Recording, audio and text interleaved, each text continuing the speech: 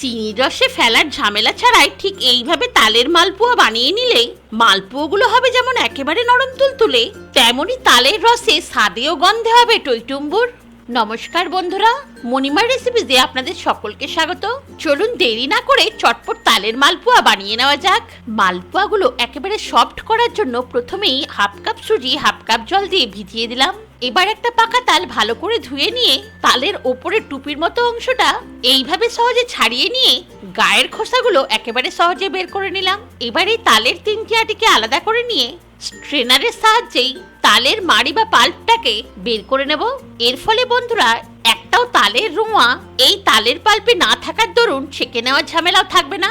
আপনারা হাতের কাছে স্ট্রেনার না থাকলে ছিদ্রযুক্ত থালাও ব্যবহার করতে পারেন।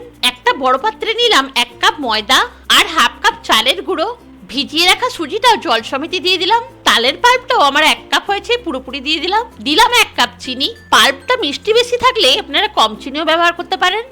স্বাদের ব্যালেন্সের জন্য দিলাম অল্প নুন, বাড়তি টেস্টের জন্য দিলাম হাফ চামচ মৌরি, আধ বাটি কুড়োনো নারকেল আর 3 চামচ গুঁড়ো দুধ। সবকিছু খুব ভালোভাবে মিশিয়ে নিয়ে অল্প অল্প করে দুধ দিয়েই আমি ব্যাটারটা তৈরি করে নেব। বন্ধুরা এখানে মোট 1 কাপ আর 1/4 কাপ দুধ লেগেছে। আপনারা চাইলে পুরোপুরি জল দিয়েও ব্যাটারটা তৈরি করতে পারেন।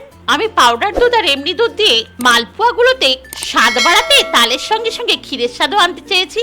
এবার মাত্র 5 মিনিট ঢাকা দিয়ে রাখলেই ব্যাটারটা পুরো মজে যাবে, কারণ সুজিটা আমি তাল ছাড়াবার আগেই ভিজিয়ে রেখেছিলাম। ব্যাটারের কনসিস্টেন্সিটা বন্ধুরা ঠিক এই রকমই হবে। এবার ফ্রাই প্যানে অল্প কিছুটা তেল দিয়ে ভালো করে গরম করে নেব আর হাফ হাতা করে ব্যাটার দিয়ে দিয়ে উপরে তেল ছড়িয়ে উল্টে পাল্টে ভালো করে ভেজে নিতে হবে। দেখুন বন্ধুরা মালপোয়াগুলো সুন্দরভাবে ফুলে উঠছে। এই তালের দুর্দান্ত স্বাদের মালপোয়ার কাছে বন্ধুরা যে কোনো মালপোয়া লাগবে ফিকে, আর এই মালপোয়াগুলো এতটাই নরম তুলতুলে যে মুখে দিলেই মিলিয়ে যাবে। আর মালপোয়াগুলোকে একদিক থেকে আরেক দিকে ঘোরাবার জন্য বন্ধুরা আরেকটা কাঁটা চামচ বা চামচের হেল্প অবশ্যই নেবেন, না হলে তেল গায়ে ছিটকে আসতে পারে। আর মালপোয়া ভাজার তেল খুব ভালোভাবে গরম করে মিডিয়াম ফ্লেমে মালপোয়াগুলোকে ভেজে নিতে হবে। হাই ফ্লেমে ভাজলে মালপোয়াতে মিষ্টি থাকার দরুন মালপোয়াগুলো খুব তাড়াতাড়ি পুড়ে যাবে আর ভিতরটা কাঁচা থেকে যাবে।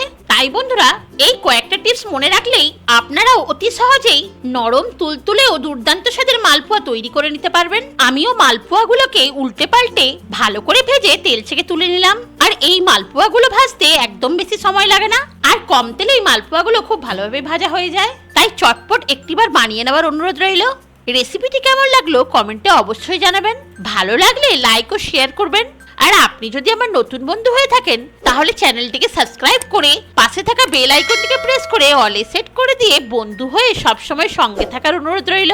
এবার একটা প্লেটে সুন্দর করে সাজিয়ে নিয়ে একটা সন্দেশকে ভেঙে ওপরে ছড়িয়ে দিয়ে গার্নিশ করে নিলাম। এবার বিদায় নিলাম। ভালো থাকবেন, ধন্যবাদ।